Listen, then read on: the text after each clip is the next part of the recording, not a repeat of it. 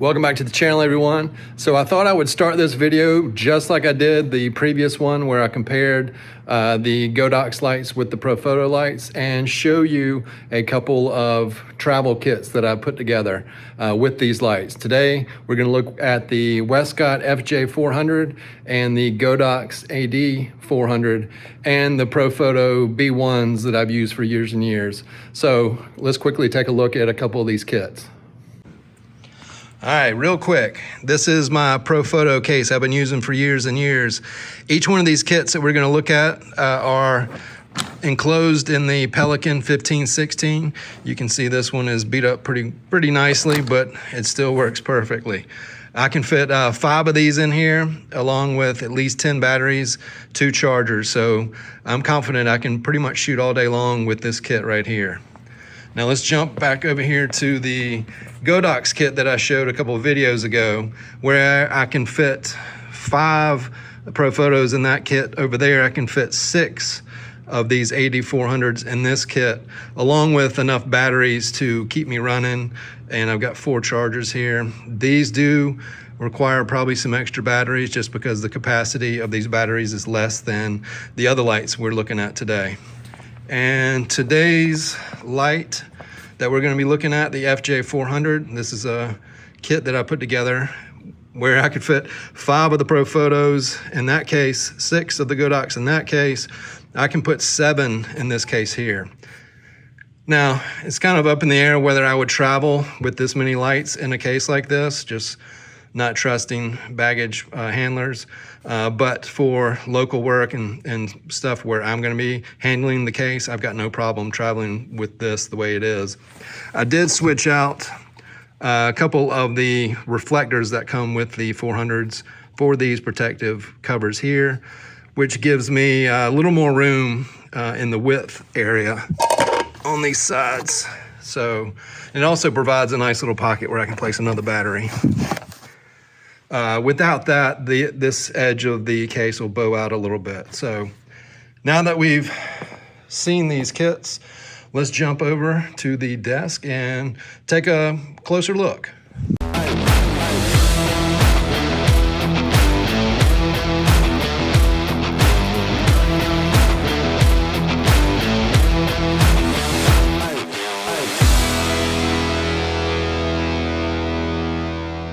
Before we jump straight to the desk, I thought I would show the behind the scenes of one of my recent photo shoots where I had the opportunity to use the Westcott system, and I went basically all in with Westcott gear. I've used their umbrellas for years, and I went ahead and got a beauty dish, the Manny Ortiz beauty dish, used it, and then I used the 1x4 strip box on the right side of my subject in the setup that I'm showing here. And I really enjoyed the system, had a great time using it. It was fun to get that opportunity. I used the Godox system months earlier with the football team, and I guess kind of having this channel and having some things going on, I was afforded the opportunity to do the same kind of thing with Westcott at a smaller scale. But they were kind enough, as a disclaimer, they were kind enough to send me some demo units, and I'm gonna make a video, obviously, about my experience. They won't see this video, have any say about what my, I guess, initial impressions were using their lights. So get that out of the way, and let's take a look at these guys. I've got the FJ400 right here in the middle, the AD400 right here, and I went ahead and pulled the one of the Profotos just so we could take a look at how they stack up size-wise. As you saw from my cases, I'm able to fit more of these two in that one case, which makes things much easier when it comes to travel. I can only fit 5 of these. And let me also say too, you can do photo shoots with 1 light, you can do photo shoots with 10 lights, you can do photo shoots with 20 lights. It's really up to you and how you want to express yourself through your work, your budget that you have to do that work. I see stuff on the message boards, and I've been doing this for years and years and have fortunately been able to build up a package of gear that I'm able to access whenever I need it, and it allows me to create different looks for different clients. So I'm not here to tout gear. I know this is about different lights and stuff like that, but I'm in a unique kind of situation, I guess, where I have access to some of these pieces of gear, and I thought I would just take the opportunity to use this access to show y'all the differences that I've found between these different lighting models. So hopefully if you're in the market and you're looking at making a purchase, because I know none of this is cheap, and hopefully something like this will kind of enlighten you in a certain way to where you'll feel like you're making an educated decision when you go to make a gear purchase. So that's what this is about. This is not me trying to show off or anything like that. So please, I hope you don't get it misconstrued at all. This is me hopefully transferring some knowledge in this video. So with all that said, let's get into it. Form factors. You kind of see this one at the present state is the smaller of the three, which is nice. What's nice about these two is you can take the batteries off the backs and they get even smaller. Let's go ahead and do that. And I found, just with my limited use with this model, for what it's worth, it takes me like 2 hands to get the battery on and off of the FJ. And with the smaller form factor here, I can just snap this one off a lot easier. This one, as you can see, as you saw in my kit, I can fit more of these in it than these, and a big part of it is this handle, which is super convenient when you're walking these things around your set. These handles are great. As I was setting up this video, I do see where there are 4 screws on here, so you could take this handle off if your main goal is to fit as many strobes into a case as possible. That might help out, and it just really depends on what your setup is going to be and how many lights you're going to need. Let me move this guy out of the way, because we're no longer going to kind of really take a look at it. The construction between all 3 of them, though, while I still have it here, is very similar, to be honest. You wouldn't know that these strobes here are about 1/4 of the price of this one. And the prices on these fluctuate so much that I'm just going to throw out the listed retail, and this one is $649 and this one is $599. So $50 cheaper on this one. I mean, as this video is out, you can get this one with like a bunch of other pieces of gear, like a softbox and a stand and stuff, for less than, I think, $649. So it just depends on what time of year you're shopping these. This one is like $75 off as well. Like I said, if you're shopping Black Friday or one of these other specials, whenever these companies run them, good for you. If you need a light, and other times you might have to pay full price. This guy here is a couple grand, so let's get him out of the way. All right, and while we have these batteries out, let's just take a look at the form factors here. You can see there is a considerable size difference on these. These both have the similar attachments, but reversed on how they attach to the strobes themselves. This one has kind of the holes that slide in, and then this one has the pegs that slide into holes on the back. Obviously, like I said, same type system. This battery here is rated at right around, I believe, 480 full power flashes. This one is about 100 less, I think it's around 390 or something like that. So there's a considerable, it depends on how you're shooting, stuff like that, but it's a pretty good difference in flash capacity. This one also allows you to plug in the charger while you're using it. As long as you have over 25% battery remaining on this one, you can plug it in while it's on the strobe and use it without obviously then being concerned about battery power. So pretty nice option to have on that. This one you cannot do that. You just are gonna have to carry more batteries, and you saw that in my kit over there. I kind of pointed that out.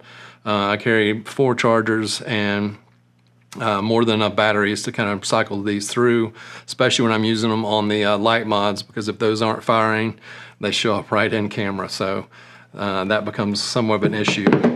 Let me point out one more thing too that I learned after my last video. Let me link that up here too, where I compared the AD600, the AD400, and the Profoto B1. And at that time, I didn't really understand, because we have to go through kind of how this is delivered to you. So when you get the AD400, this collar with the Bowens mount is not attached to it, it's in the case with it. And instead,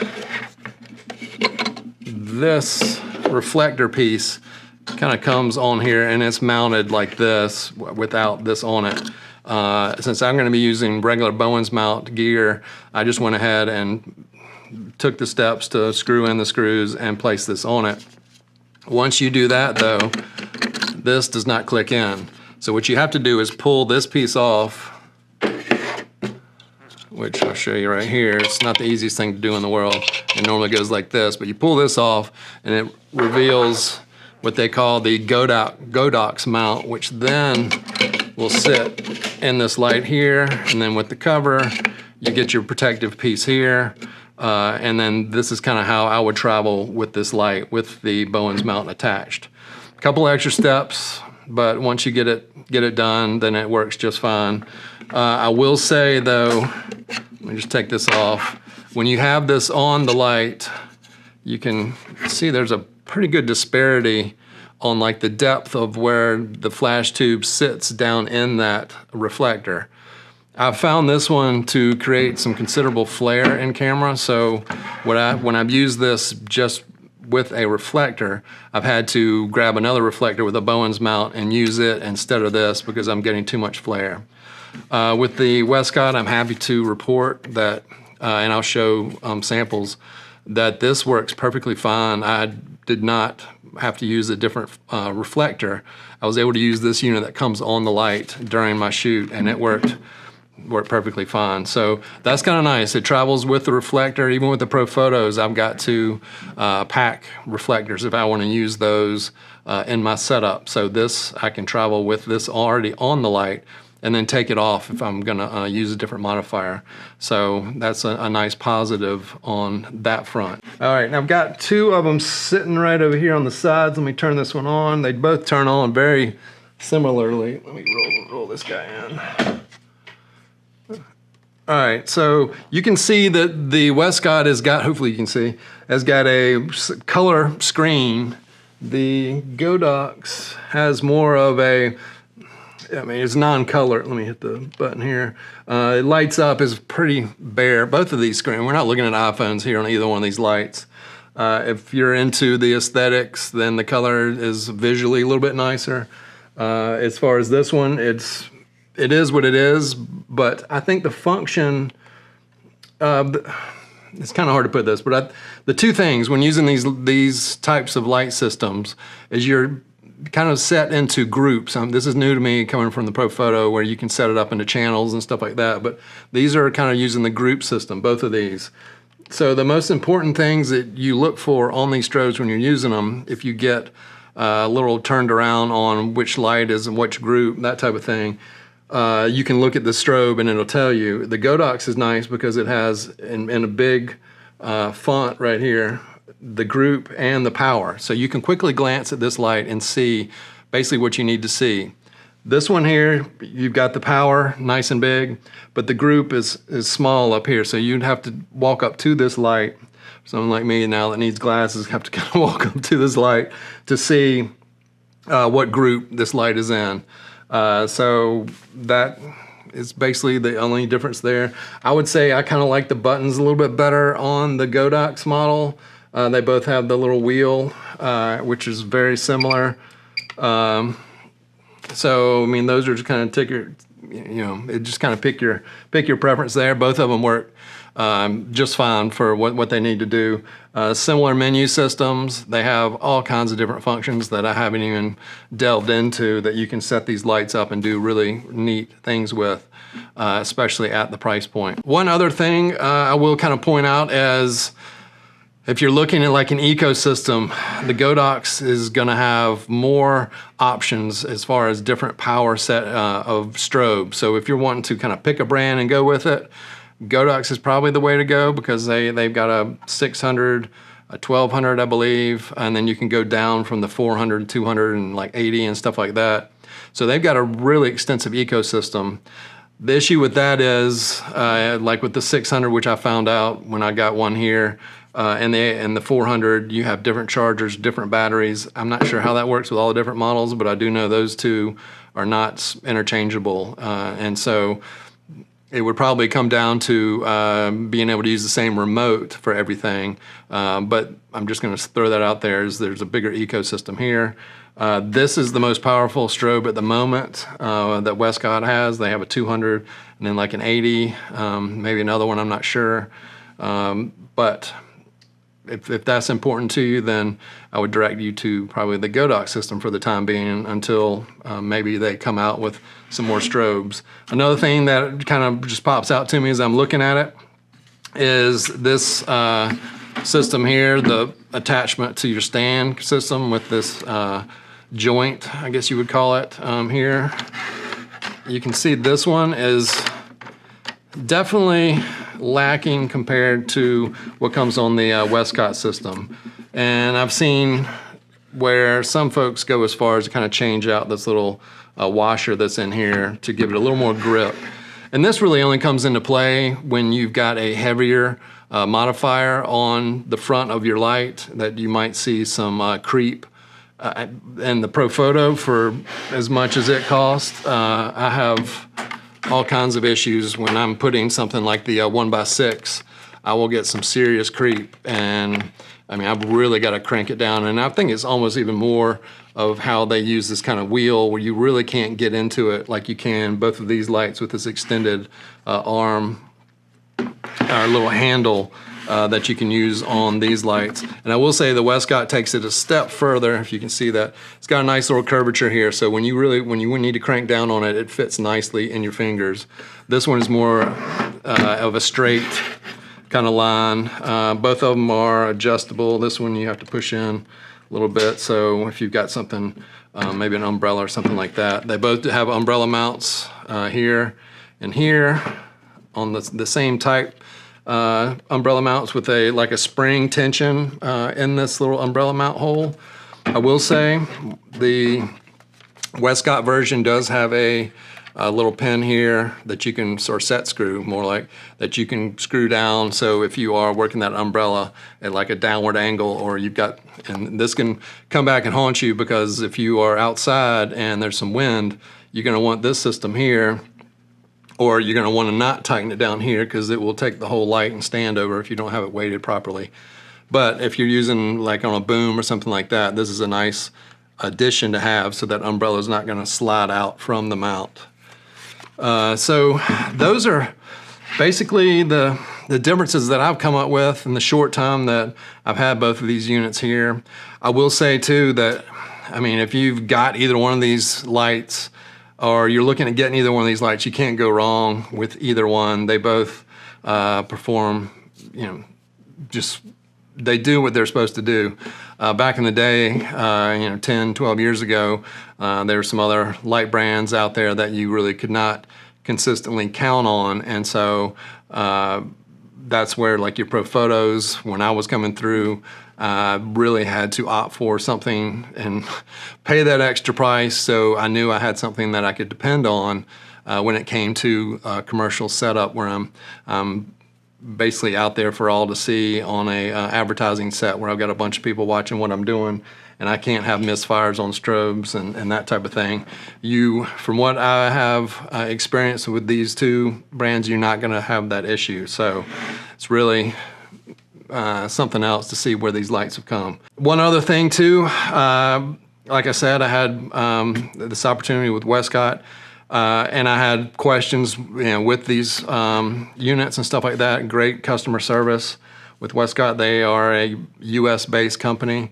Can't say the same about Godox, although you can get the Flashpoint versions from Adorama, and I believe they've got customer service available through Adorama out of New York, so that might be a workaround in that area, but nothing but great things to say about customer service with the Westcott. So two of the main things when I'm using strobes like these that I'm looking for is flash duration, which both of these units will tell you when you have them in the manual kind of setting, and you turn it to the different power settings, and it will tell you the flash duration. So you can monitor that right here on the screen. So if you're doing some action stuff, you can make sure you're within the realm of freezing action. Profoto does not tell you that on any kind of screen with the Profoto. You just basically have to refer to paperwork maybe the first time you're using it, and then kind of know what your range is there. The other thing is recycle time and how fast these can recycle at certain powers when I'm using them on a set, and I'm not just doing portraits, but I'm doing like some simulated action, which I'm gonna have to use the continuous shutter on like a high setting, like on my Canon R5. So I've set up a little test like I did previously with the this bad boy here, the AD400 and the Profoto. And let's jump over there, take a look at that test and see how these lights do. All right, so let's have a little fun with this and test the recycling rates at different power levels for these two lights we've been discussing. I've got the Westcott in the middle, I've got the AD400 here on this side, and then I brought in the Profoto B1X as kind of a legacy from the previous video that I did and doing the same type of sample test, and we can compare it to the Westcott as well, even though it's, what, 4 times the price. But I've been using the Profoto for years and years, so for me, it's kind of a good test to see what this Westcott does in comparison to what I've been using for so long. All right, and a couple other notes. I've got fully charged new batteries on all 3 of these lights. As I mentioned in the Godox video, I noticed that the lights were not as consistent as the battery level went down as far as recycling, and I was getting some lights that wouldn't fire in conjunction with the rest of them. So to alleviate that, I've got brand new batteries fully charged on all of them. I'm using the Westcott remote, the FJ400 remote, their new one, which you might talk about a little bit later. And with that, I've got the Profoto on the optical and the Godox on the optical as well. And I've never had any problems with those optical sensors working on any of these strobes. So what I thought we would do is start out at full power and just to kind of see what these lights look like. 1 frame at full power. Got another camera running that'll be showing that screen a little bit closer. So let's hit this one time. So if we look at them at full power, they virtually, all look the same. The Profoto is rated at 500 watts and these two are at 400, but they all kind of look the same. So what I'm gonna do now is I'm gonna move the power levels on these lights to something that I would normally use, which would be about halfway down on the power scale of these. So I'm gonna take the Profoto to put it on a 5 out of 10. I'm gonna take the Westcott, since it goes up to 9, I'm gonna put it at 4.5. And the Godox, using the fractional system, I'm gonna take it to a 16th. All right, so now I've got the powers set right where I mentioned I was gonna put them a minute ago. And I've cleared out, actually let me take this full power frame off of here. And so we're gonna start with a clean slate. I'm gonna change my drive mode to the drive H. So that's gonna give me, I think rated here, it's gonna give me probably, 8 to 10 frames, I think, per second. This simulates what I do sometimes on my shoots where I've got an athlete in motion and I need to basically just hold down the shutter button and let it capture a sequence of that action. So at most, I would maybe do that for a second, maybe 2 seconds. So what I'm gonna do here is try to recreate that for these next couple tests. So right now we're at a 5, 4.5, and 1/16 on the Godox. So let's see what happens when we hold down the shutter for about 2 seconds, roughly 2 seconds, maybe a little bit more. And let's do it.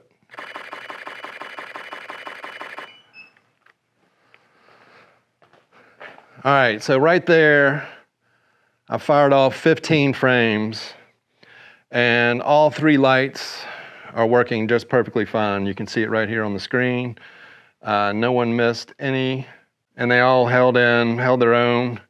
There were no misfires or no. At that power level, I am very comfortable with all three of these strobes keeping up with the shutter speed that I was rocking here on the Canon R5. I'm also, just for the sake of letting y'all know, I'm at a 200th and 5/6 f-stop. So what I'm gonna do now is I'm gonna bump these lights up one more stop, and then we're gonna repeat that process and see how they perform. All right, so I've run over here, changed these lights. Profoto is at a 6 out of 10. The Westcott is at a 5.5. And the Godox AD400 is at an 8th. And these are still well within the power ranges that I would use them for this type of setup. For using them in the ProLight mods, I sometimes will go up to like an 8th power or a 6 on the Profoto. The Westcott's right in line with that. So I'm interested in the results of what happens here at the H drive speed on the Canon R5, because there very well might be a chance that I'll use them at this power. So let's see what happens.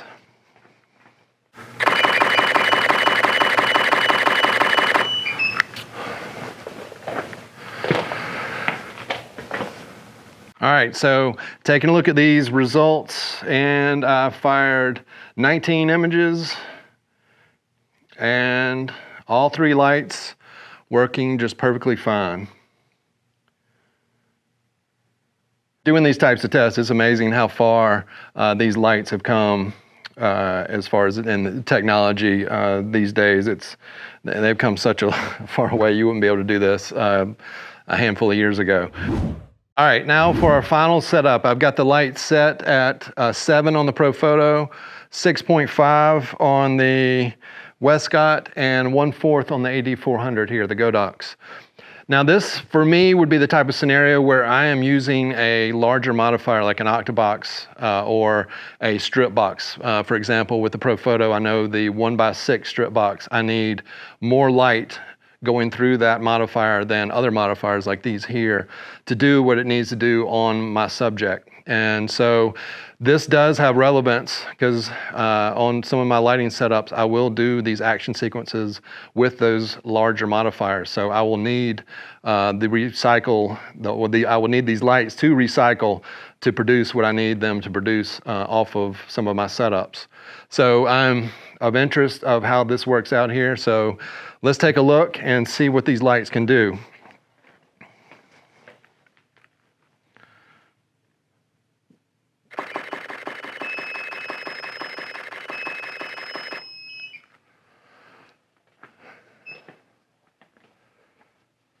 All right, so this is where things get really interesting. Let me scroll all the way back up to the top, and let's see how these lights performed. If you could hear, as I was firing off those images, all of these guys were beeping at me, and they weren't very happy with the load that I was putting them under. So let's take a look here. First frame, everything looks good here. Second frame, all looks good. Third frame, we're still hanging in there. Fourth frame, we lose the Godox. Profoto and Westcott still firing away. The fifth frame, Godox is back. The other two are still going. We lose the Godox in the sixth frame. Seventh frame, Godox is back. It looks like the Westcott is not quite as bright as it was earlier. And Profoto is still cranking here. And then right there, it looks like we're starting to lose a little juice out of the Profoto.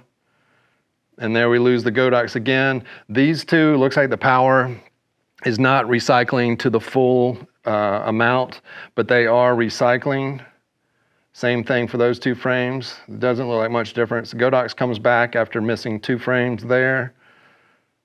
We got, it looks like where the Godox is, when it comes back, it is firing at probably what is advertised on the light at a 4th power. But we do lose a couple frames. There it goes again. These two are hanging in. It looks like the Westcott kind of came up a little bit there. And then we lose in this frame, we lose both the Profoto and the Godox. Westcott is still giving us some output. Another frame, these two are out. Westcott's still giving us output. Profoto's back, and then the Godox is back. Godox does look a little bit brighter than the Profoto there, and the Westcott is still kind of hanging in and looks about the same kind of power level. This frame, the Westcott, is giving us a little more juice. Then these two are gone in this frame. Those two are gone again. So very, very interesting. The Westcott hung in there the whole time, I will say that. Let's go through. I'm just going to kind of cycle through. You can see we were good through 3 frames, and then losing the Godox on the 4th frame. 5th frame, we're back in. 6th, lose that again. 7th, 8th, 9th. And it looks like around the 9th frame is where the output is coming down a little bit on the Westcott and the Profoto. I can tell the Profoto is actually less than the Westcott. I'm just looking at, this obviously isn't scientific, but I'm looking at the paper on there, and I can tell the light is brighter out of the Westcott than the Profoto. And then we come here, and then we lose the B1X and the Godox. And the Westcott is hanging in there, like right here. This looks like a full hit out of the Westcott. So it is maintaining a recycling point, and it's able to somehow build up juice, even though it's being hammered just like these other 2 lights. So it is recycling, and at the same time somehow storing up enough power to give us the full flash every couple frames. In the interim, it's still giving us some light, whereas these 2 are falling off. Pretty interesting. I wasn't expecting that. If anything, because of the previous tests, I knew that the Profoto and the Godox both had issues at this power, as well as the AD600. But I haven't had a light that didn't have issues as far as like a recycle, where it lost completely power on the recycle. So pretty impressive. I guess you just kind of have to ask yourself if it's more important to have the full power coming out several frames into a sequence like that, or you're okay with it not firing. I think for my personal preference, I would rather have something coming out of the light than it go completely dark and totally miss a frame of sequence. This day and age with these cameras, you can, if there's something to work with on your subject there, you can in post bring that up, and that's what the Westcott has given us here. But pretty neat stuff, and we'll go back to the desk. All right, well, I hope y'all enjoyed that little demonstration there. I just want to lay it out again too, that obviously I wasn't using any instruments to measure the light coming out of these guys, measure the light temperature coming off these guys. I just wanted to see how they recycle, how they react to being put under stress at certain different power levels. And those were the results that I got here. And I didn't do multiple units. I'm just a one-man show here. So I set 3 up, fully charged batteries, and that's kind of what happened. So that's what I'm gonna go by in my head when I'm thinking about moving forward and purchasing new lights or working with a certain brand of lights, that type of thing. And I wanted to share that info to y'all, since I thought it was a really neat test from that other video. One thing that I didn't mention earlier, grab these guys, were the remote. So I mentioned in that test that I was using the Westcott remote, which they just came out with a new one. That's the X3. I believe the other one was the X2. This model, they got rid of this they had a little spin wheel here in the middle, which I had trouble with. Maybe I'm just clumsy, but when I would spin it and it would be thinking it would spin, it would change a little bit here and then think I was pushing. And so now you've got like a 4 arrow button here in the middle and then a button in the center right there, so where you make your selections.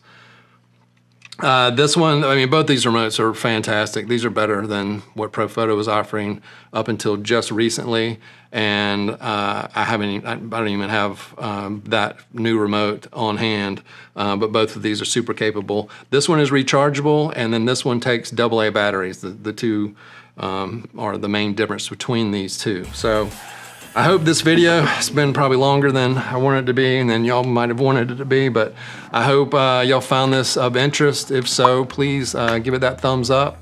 If you're interested in more content just like this, photography from a actual working photographer, hit that subscribe button down there. You can also find me on social media at QuantzPhoto. Y'all, please stay safe and healthy out there. Let me try to get this out of the way so I don't knock it over.